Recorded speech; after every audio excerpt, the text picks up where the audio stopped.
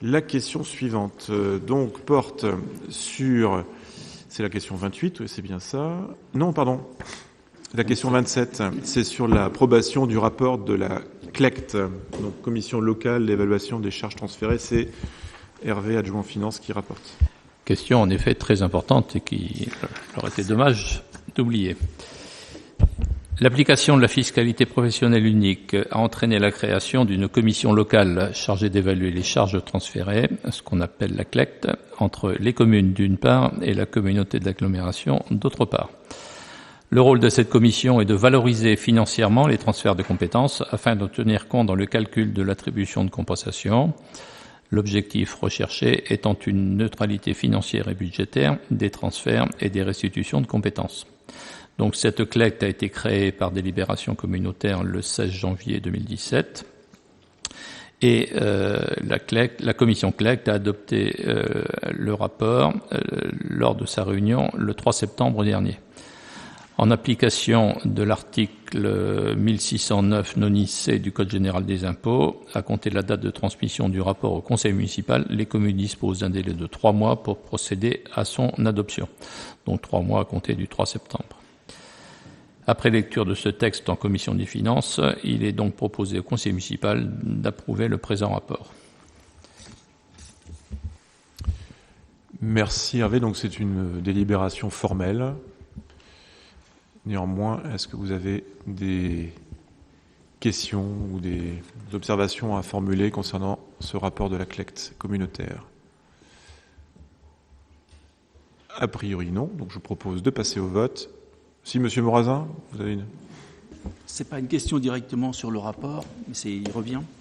Effectivement, je vois qu'il y a des transferts qui ont lieu souvent, des transferts de compétences vers la communauté d'agglo, puis ensuite des transferts qui reviennent. Et je vois là effectivement des charges de transfert qui bougent.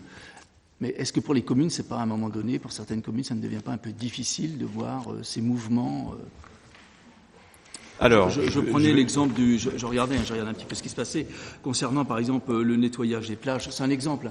Alors, très bon exemple. Très bon exemple. Excellent exemple. Je vais vous donner la raison de ce transfert.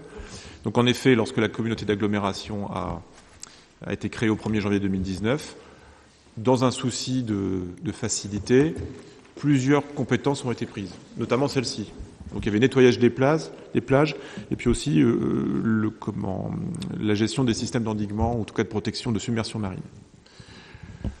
Donc les choses se sont décidées non pas à l'emporte-pièce, puisqu'il y avait un travail qui a été fait 1 an en amont pour déterminer telle ou telle prise de compétence, soit communautaire, soit municipale. On pourrait prendre l'exemple, par exemple, des compétences scolaires qui étaient prises par la communauté de communes du Mortanet, et qui était resté communal sur tout le reste du territoire.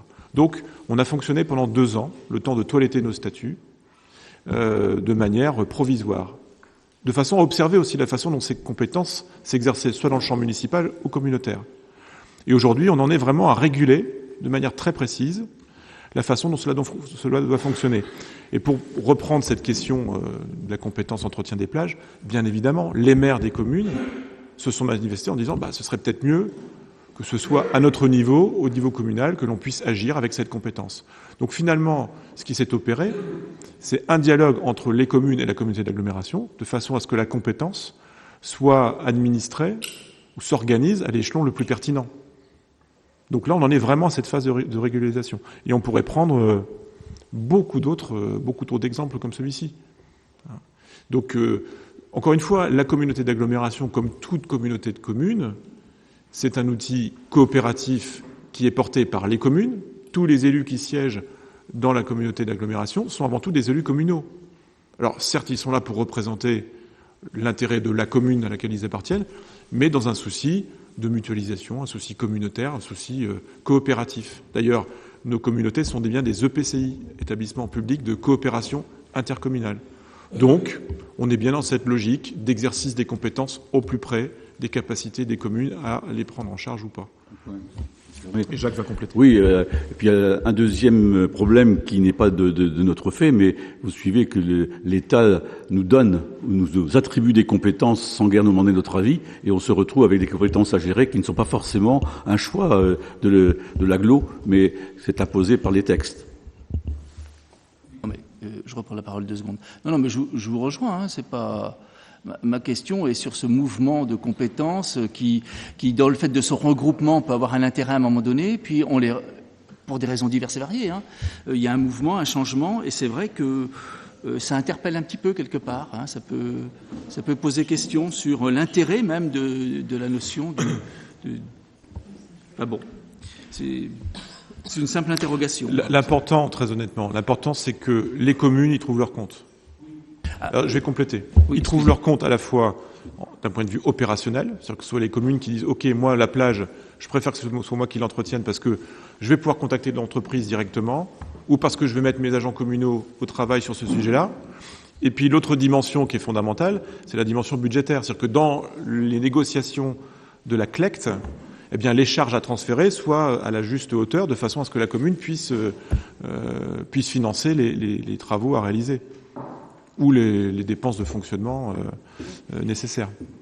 Et très honnêtement, le travail qui est accompli par les collègues, et notamment David Juquin qui est vice-président en charge des finances, sont plutôt bons puisqu'on n'a jamais eu de vote négatif de la CLECT.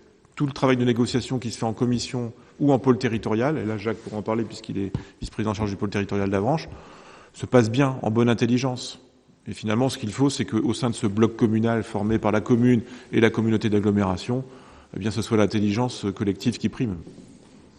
Mais je vous rejoins sur votre questionnement.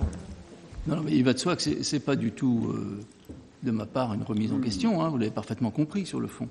C'est simplement l'interrogation sur le fait de ces mouvements de compétences et de ces renoncements du fait des choix qui peuvent être ponctuellement compréhensibles et intéressants et qui, sur la durée, peuvent à un moment donné reposer question, tout simplement. Hein, c'est pas. Mais je crois que ce que vous dites. On est en train de débattre de quelque chose qui est un questionnement. C'est pas.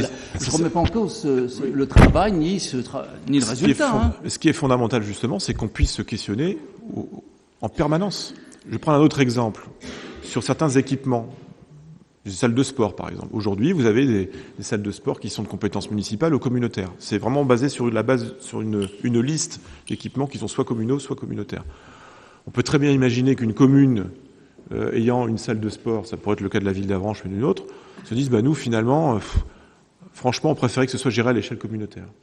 Eh bien, on pourrait très bien délibérer en conseil communautaire en faveur d'une prise en charge, en prise en compétence de tel ou tel équipement. Il faut vraiment que ça se passe dans le dialogue entre l'échelon communal et l'échelon communautaire. Et que tout ça s'accepte de manière globale à l'échelle du bloc communal. Enfin, du bloc communal. Bien, donc pour cette question 27, je vous propose de passer au vote.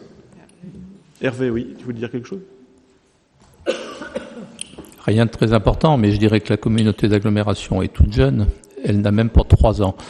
Donc il y a des transferts de compétences. Alors une fois que la compétence est transférée, soit d'un côté, soit de l'autre, on peut faire un petit point d'étape, un bilan. Et à la marge, il y a quelques compétences qui peuvent revenir en sens inverse. Mais tout ça, c'est du travail normal entre les communes et la communauté d'agglomération. Il faut que la communauté d'agglomération et ses compétences soient vivantes, et les choses vont se faire normalement au fil du temps. Bien, merci de ces précisions. Donc je vous propose de voter ce rapport de la CLECT. Y a-t-il des votes contre ?